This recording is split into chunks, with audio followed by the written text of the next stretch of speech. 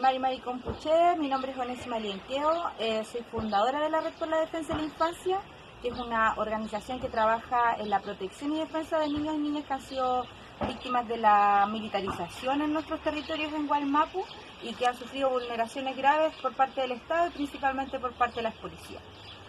Nuestros objetivos son principalmente hacer un proceso de visibilización de la violencia, ejecutar también procesos de participación activa de los niños y de protagonismo también de esto en el proceso de defensa y de su lucha.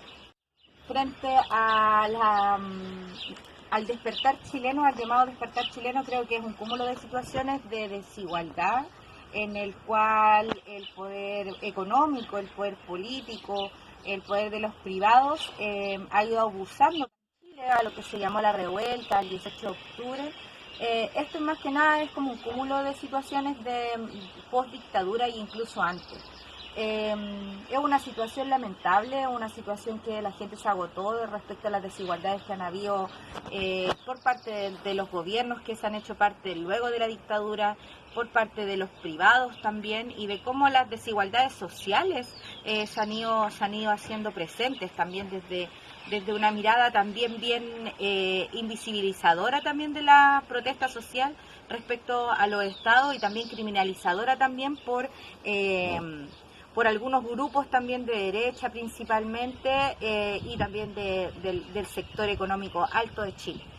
En lo que respecta a Gualmapu, nosotros no vivimos una revuelta social, porque lo que se vivió en ese proceso de represión es algo que siempre se vivió en Gualmapu. Aquí no llegó la democracia, sino que se siguieron incrementando procesos de militarización, se siguió incrementando la represión y la criminalización con nuestro pueblo.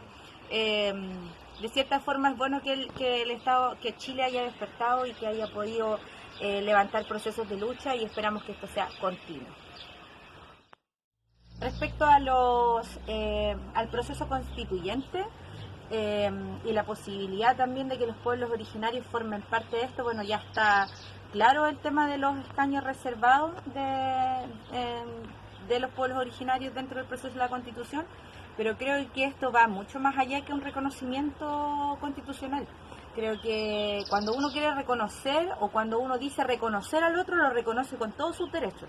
Y para mí, en lo personal, dentro de la postura del pueblo mapuche, creo que cuando se habla de reconocer, no nos tienen que reconocer que nosotros existimos, porque nosotros somos parte de esta tierra.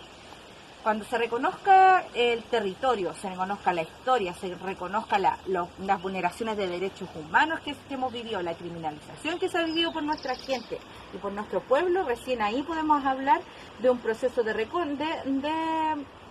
reconstrucción, de reconocimiento de los pueblos originarios. Sin duda, cada uno de los pueblos tiene diferentes puntos y diferentes miradas también referente al proceso y necesidades que son distintas. Pero para nosotros como pueblo mapuche, sin tierra no hay reconocimiento. Si no hay una devolución total del territorio, no hay reconocimiento. Si no hay protección de los derechos del agua, no existiría reconocimiento. Desde ahí creo que hay que tener ojo con el proceso constituyente y los caminos cómo se van a ir avanzando.